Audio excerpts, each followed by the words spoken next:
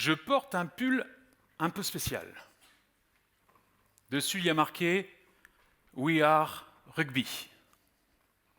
Et tel un super-héros avec sa cape, ce pull me donne un super pouvoir. Celui de rencontrer de belles personnes. Ça fait maintenant 20 ans que je travaille dans le recrutement.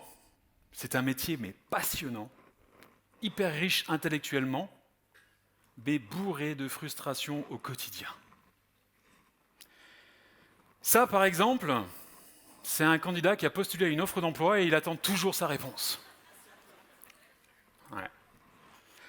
Il arrive même que des fois, on vous présente des entreprises et on vous la survend. On vous dit « Hey, chez nous, c'est comme la Los Angeles, tu vas voir, c'est formidable. Quand tu viens chez nous, il y a les machines à sous, il y a tout, c'est Los Angeles. Et quand tu vas voir sur place, tu arrives, c'est ça. » Ouais.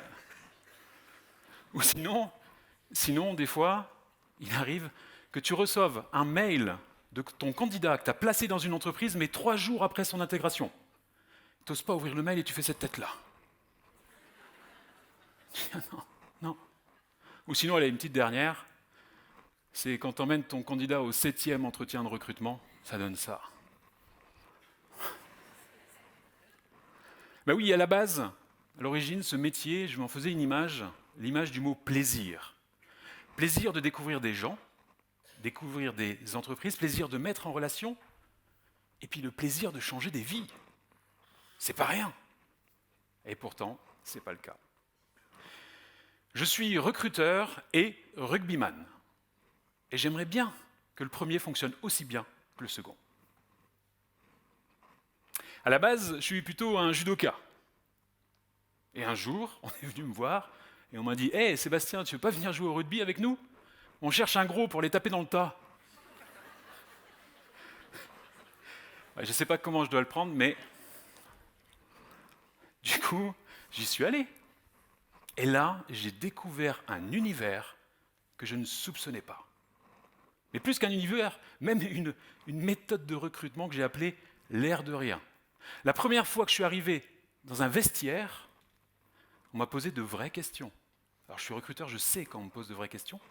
On a cherché à savoir qui j'étais, ce que je faisais, de quoi j'avais envie. On m'a mis sur le terrain, on m'a appris à faire des passes. Je vous rappelle que le ballon est ovale quand même, c'est pas forcément évident. On m'a appris à faire des plaquages, faire des mêlées, faire des touches. Et j'en ai fait des bourdes. Et à chaque fois, on venait me taper sur l'épaule, mais pas un joueur, toute l'équipe, avec ce petit signe. Sébastien, c'est pas grave, la prochaine fois ça passera. Du coup, j'avais pas peur de me tromper, j'y allais, on me fait confiance. Du coup, je me donne sans compter. Et là, à un moment donné, je me dis, mais et pourquoi on ne fait pas pareil en entreprise? Pourquoi on ne fait pas pareil en entreprise? On commence au rugby par une rencontre et en entreprise par un CV. Alors j'ai pris ma casquette de recruteur et j'ai fait ma petite enquête. Je suis remonté à 1950. 1950, l'après-guerre, 30 glorieuses, pleine croissance. On a mis en place un process dans le monde de l'emploi. On a dit, pour postuler dans les entreprises, on va demander un CV et une lettre de motivation. On est en 2024. On parle de voitures autonomes, d'aller habiter sur Mars. On étudie la vie éternelle. Et comment on fait pour postuler dans des entreprises? Un CV et une lettre de motivation. 1950. 74 ans qu'on fait la même chose. Vous pensez qu'ils m'auraient recruté dans mon équipe de rugby avec un CV et une lettre de motivation? Mais il n'y a pas que ça. On a aussi des pensées qu'on n'a pas changées. Par exemple, la valeur travail. Et moi le premier. Mon garçon revient de sa première journée de travail. Je l'accueille le soir. Et je me surprends, je l'attends avec un grand sourire et je lui pose cette fameuse question. Alors, pas trop fatigué de ta première journée? Limite avec un petit sourire, genre, t'as vu la vraie vie, hein, ce que c'est, hein? Et là, il me regarde et il me répond, ah non, je suis même plutôt en forme.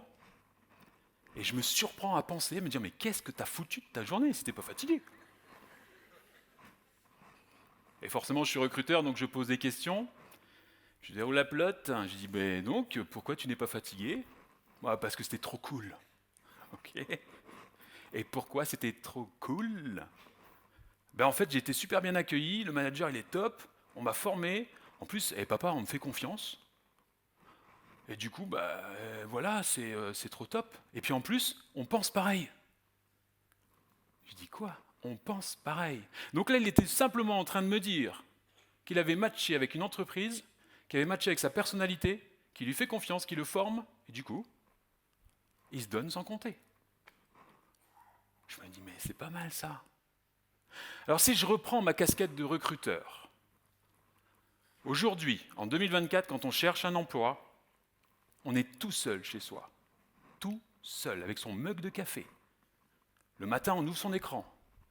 On regarde les offres d'emploi. Généralement, ça ne dure pas longtemps parce que c'est les mêmes de la veille. Et les journées sont longues. Mais longues.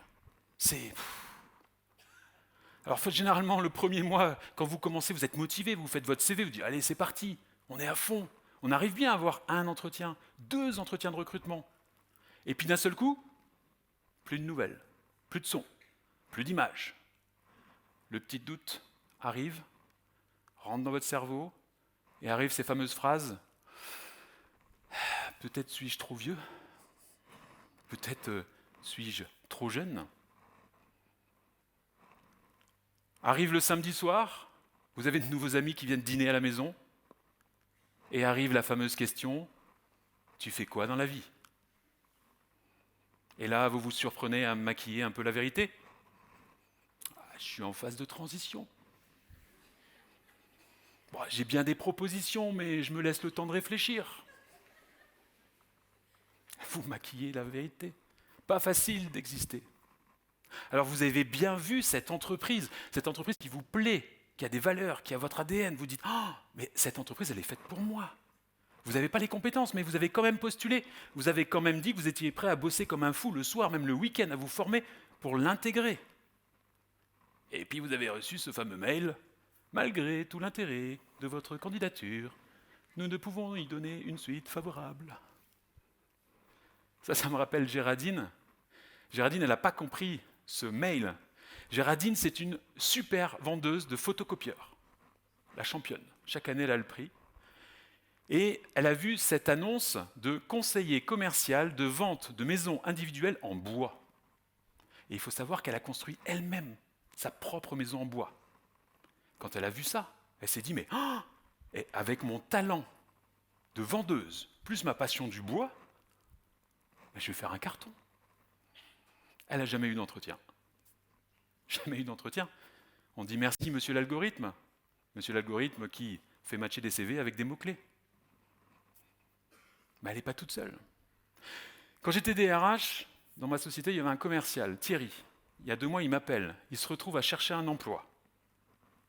Il me dit, Sébastien, ouais, écoute, j'ai une question à te poser. J'ai postulé à 2 offres d'emploi, j'ai pas eu de réponse. Je trouve ça moyen en termes d'éducation. Je voudrais savoir si c'est normal. Bienvenue dans le monde de la recherche d'emploi. Pire, il me dit, je suis allé directement voir un cabinet de recrutement, j'ai toqué à leur porte, ils m'ont ouvert. Ils m'ont regardé et me dit, ah non, monsieur, on reçoit personne là, on va prendre votre CV, vous allez le mettre sur notre site internet, et si on est intéressé, on vous appellera après. Et là, il me dit, mais Sébastien, je fais comment? Moi, je suis commercial, j'ai besoin de serrer des mains, boire des cafés, voir du monde. Il était complètement désemparé. Alors là, je vous parle des candidats, mais c'est pas mieux côté entreprise. Hein. Tester un vie ma vie avec un chargé de recrutement ou un recruteur, mais c'est au secours. C'est là. Oui, bonjour, alors vous avez postulé à notre offre d'emploi et j'aimerais vous avoir au téléphone pour pouvoir échanger sur votre profil. Candidat. Attendez, rappelez-moi quelle offre d'emploi? Non, parce que j'ai envoyé mon CV un peu partout et je ne me souviens pas trop de l'offre d'emploi. Et oui, l'entreprise toute puissante est de moins en moins puissante. À force d'écrire des annonces, entreprise en pleine croissance, recrute. Eh bien, il y a 10 ans, on passait une offre d'emploi, on avait 100 CV, aujourd'hui on en a 3. Et qu'est-ce qu'on a fait? On a créé le postuler en un clic. Vous voyez une offre d'emploi qui vous plaît, vous cliquez, vous postulez, et d'un seul coup, il y a une pop-up qui s'ouvre, vous avez plein d'offres d'emploi qui arrivent, et qui vous dit, si vous avez aimé celle-là, vous allez aimer celle-là. Et si vous dites oui, blah. Derrière, des recruteurs qui laissent des tonnes de messages sur des portables et qui s'arrachent les cheveux. Et vous savez le pire dans tout ça ? On est responsable de ça, c'est nous qui avons fait ça. On a créé un mur d'algorithmes, de CV impersonnels, de cases à cocher, d'interviews vidéo entre les candidats et les entreprises. L'incohérence du système, d'un côté, des candidats qui sont chez eux tout seuls avec leur mug de café, frustrés. De l'autre, des entreprises, des chargés de recrutement qui disent « mais il n'y a personne qui veut bosser dans ce pays ou quoi ?» Revenons à ce fameux pull. La première fois que je l'ai porté, c'était sur un salon professionnel. À peine rentré, je vois un monsieur qui s'approche de moi, qui me regarde, qui me dit « mais tu joues au rugby ?» Tutoiement direct, hein, ok. On va passer en... Hein, okay, oui, je joue au rugby. Ah, ok, super, la conversation démarre. Tu viens faire quoi ici ? Écoute, je fais du conseil en recrutement, donc je viens voir des dirigeants. Ah, bouge pas, attends, je vais te présenter à quelqu'un. Et vous me croirez ou pas, en une matinée, j'ai vu plein de monde, j'ai même signé des contrats, je me suis fait recruter. Juste parce que, avec ce pull, je devenais tout de suite une personne de confiance. Je me suis dit, comment analyser ça ? J'ai repris ma casquette de recruteur. Si on résume et si on prend de la hauteur, la première fois que je suis arrivé au rugby, en fait, ça a commencé par une rencontre. Après cette rencontre, on m'a questionné, on m'a mis en confiance, on m'a formé, on a accepté les erreurs. Derrière, qu'est-ce qui s'est passé ? J'ai envie de rendre l'appareil. Et vous savez quoi ? Vous savez ce qui s'est passé ? Mais après, c'est moi qui ai amené une personne au club de rugby. C'est moi qui ai créé une rencontre. Alors, on a tendance à recruter pour les compétences, mais on en oublie les personnalités. Quand on sait aujourd'hui qu'on peut apprendre pratiquement tous les métiers grâce au web, tous les métiers grâce au web, tout est à portée d'un clic. Combien sont devenus électriciens, plombiers, développeurs informatiques, psychologues, avocats ? Tout ça a une portée de clic. La seule compétence à avoir, qui va être extrêmement importante dans les années à venir, la compétence, c'est l'envie d'apprendre. Combien de fois au club de rugby, j'ai entendu « Hey, j'ai un copain qui cherche un job. Vous ne connaîtrez pas quelqu'un qui connaît quelqu'un, qui connaît quelqu'un, qui connaît quelqu'un ?» Et les mises en relation se sont faites. Les rencontres se sont effectuées. Il y a des entreprises qui ont compris ça et qui créent des rencontres plutôt que des CV, qui ont décidé de faire sauter ce mur. Ils organisent des soirées dans des bars, dans des pubs, où les managers, les collaborateurs peuvent rencontrer des candidats. Il y en a même qui créent des événements sportifs, amicaux, où on mélange recruteurs et recrutés incognito. Ces candidats et ces entreprises ont fait le choix de se laisser surprendre. Alors ce soir, je me dis, et si on brisait ce mur entre les entreprises et les candidats ? Si on faisait sauter tous ces CV impersonnels, ces cases à cocher, ces a priori. Ce soir, on va faire bouger les lignes. Alors levez-vous, tout le monde. Je veux qu'on m'éclaire la salle, s'il vous plaît. Levez-vous, ce soir, écoutez-moi bien. Vous êtes tous et toutes des joueurs et des joueuses de rugby. Vous m'avez bien entendu. Je vais vous demander de placer vos mains sur les épaules de votre voisin ou voisine. On va créer une mêlée géante.